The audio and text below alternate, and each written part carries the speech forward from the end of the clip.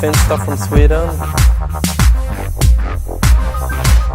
I wanted to create some kind of an optical illusion and show how much power this bike got under the hood.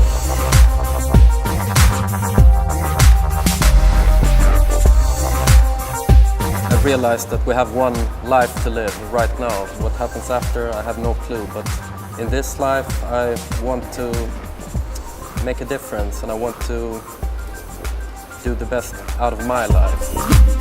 I like some of the really stripped down, rough old bikes that you see in the streets here in Saigon. And this is kind of a way to take it a little bit in that direction.